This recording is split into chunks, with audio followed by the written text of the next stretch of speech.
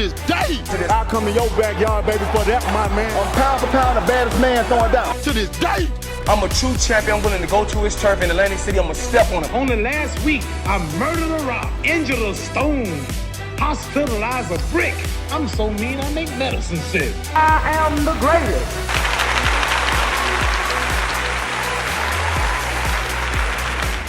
What's up, people? It's the Boxing Objective here. Eddie Hearn has been out and about sharing a lot of content about boxing, as he regularly does. I think sometimes Eddie Hearn is willing to sit down and have a chat with anyone about boxing. And recently he's been talking about Anthony Joshua. He's been talking about Canelo. He's been talking about upcoming fights. We've got Derek Chisora versus Joseph Parker 2 coming up. We've got Conor Benn versus Algieri. There's a lot of fights coming up. DAZN, Matchroom, they're operating in multiple territories. Matchroom is the only ones who are really trying to promote boxing in other countries. They've got things going on in Spain. They've got things going on in Italy, all over Europe, America, the whole world. They're fanning out. And Eddie Hearn is a very happy chappy, and rightly so.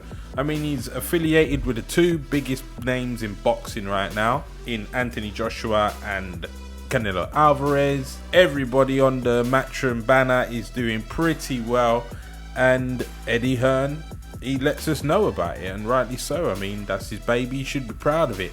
Now, Eddie Hearn recently was on a podcast. I cannot remember for the life of me the name of this podcast, but it was a really, really good watch. The things he said about Anthony Joshua made a lot of sense. A lot of people are very critical of AJ right now because of his performance, the psychological weaknesses they felt that he showed. And Eddie Hearn said something that was quite revealing. Also, he said this to Anthony Joshua, and he said that he did not believe that Anthony Joshua had full confidence in the plan going forward. And the fact that he didn't have the confidence meant that he could not implement the plan that was put into place. And yeah, I mean, come on, let's be real. If you haven't got faith in the plan, you're not really going to jump in with both feet.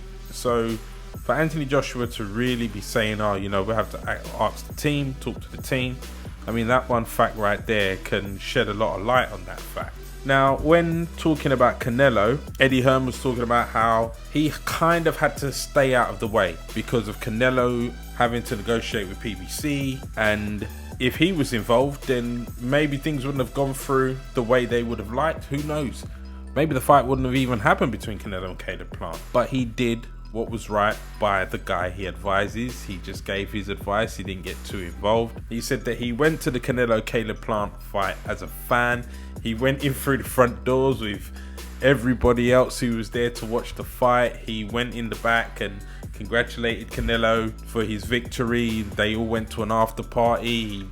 He got to go and, you know, gamble at the table and stuff like that. And he definitely is not welcome with anything to do with the PBC, and he knows it. I wonder, going forward, how much involvement Eddie Hearn is going to have if Canelo is to be interacting a bit more with PBC. I do not see what Canelo would be hanging around the PBC for now, considering he got what he wanted. It would have to depend on who Canelo intends to fight next. It could be suggested, though, that despite Eddie Hearn not actually having much involvement in this, Eddie Hearn being linked to Canelo could be exactly what made the PBC put in so much effort to do right by Canelo in the first place.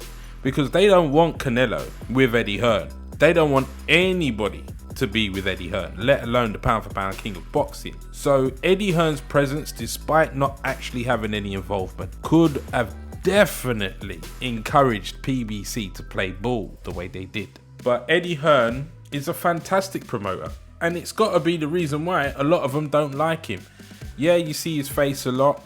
Yeah, he's always out here talking and sharing content, and he'll just talk to anyone who's willing to talk about the sport because he's got that passion, he's got that drive for boxing. Everything that Matchroom is doing right now, no other promotional company is doing. Matchroom working with DAZN to put boxing all around the world is a phenomenal achievement. And I mean, let's be real. If I had my own boxing promotional company, I'd kind of want to be associating myself with this kind of success. And they all do to some degree, but then when it gets to certain fighters, it's not going to happen. They're not going to allow this person to fight, that person to fight. But there's people that they will allow to, you know, go over there and play ball in Matchroom's garden. But yeah, I did really enjoy that podcast. I'll leave a link in the description box below. I'm going to look now and double check what the name was, and you guys can watch it for yourself. He said a lot of interesting things about Anthony Joshua, and I really enjoyed it. So guys, have a look, and I'll catch you in a minute on the next video. Peace.